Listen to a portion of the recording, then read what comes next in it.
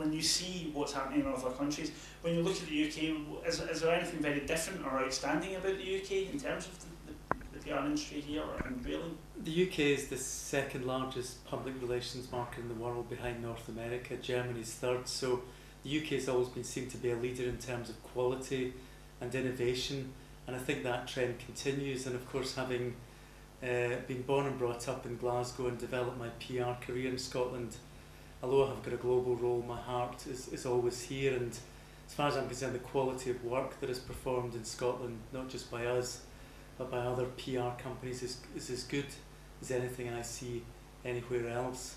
So I think if I look at Scotland as a country, as someone who hasn't lived here for 17 years now, although Scots are still very self-critical of what's going on in their own country, now as I look in as an expatriate Scot living in London, I sense a new dynamism. I sense a real sense of self-belief now.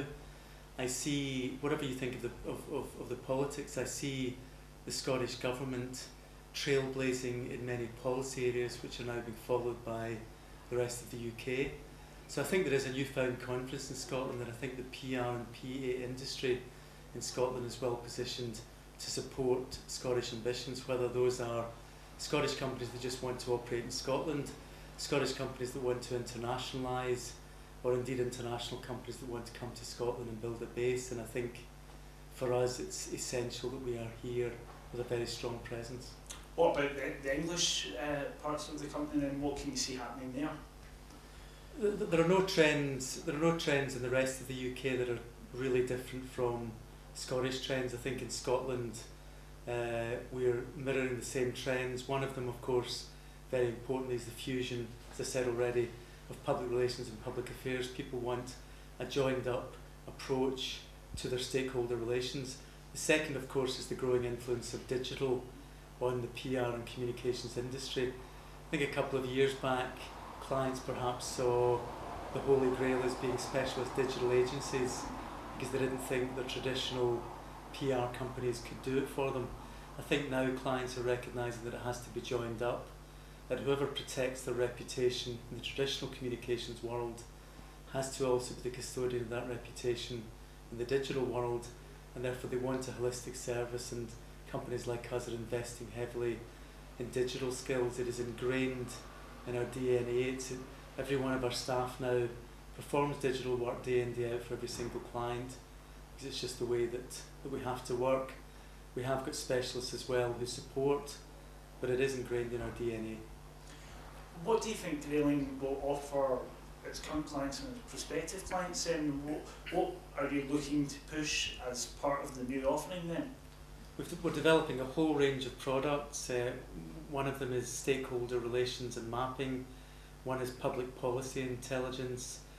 We've developed 6 key industry sectors globally in areas such as consumer brands, healthcare, technology, where we're really putting a lot of investment into deep-rooted skills, developing a presence in each market, developing a presence globally. So I think our clients can expect deep knowledge and understanding, programs that are influenced heavily by more and more research and deeper understanding of the marketplace, stronger and stronger digital skills, and a whole range of products in areas such as crisis communications, which we are developing. So the important thing for clients in Scotland and the rest of the UK is they get a local service with local people who understand the local market and local culture. But with that, they get the best thinking from around the world, the latest innovations, the latest trends, and I think that together is a very, very important mix. Scotland and the UK is a very competitive marketplace in terms of PR. How do you now look to go up against, you used to be at Weber Shandwick, companies such as Weber Shandwick? What do you think Grayling can offer against those companies? We've got a much stronger public affairs presence. We are strong, as I say, in digital skills, and we talk about a different kind of thinking for a different kind of world. We are not managed from the US like all of our major competitors. We're not owned by an advertising agency group and have to pay lip service to those advertising agencies. We're part of a specialist UK-owned public relations group where the people at the very top practice and understand public relations, and that makes us much more independent in thinking. And we've grown by acquisition, so we've gathered the best companies up around the world, the best thinking. We say we're very Scottish in Scotland, we're very German in Germany, and we're very Californian in California, and I think that's an important differentiation. We don't take an off-the-shelf cookie-cutter approach to client solutions. We tailor solutions that are right for clients. So the solutions that you will see presented by our team in Edinburgh are similar but yet very different from solutions presented in other offices, because we are very culturally sensitive, and I think that's a big difference between us and our competitors.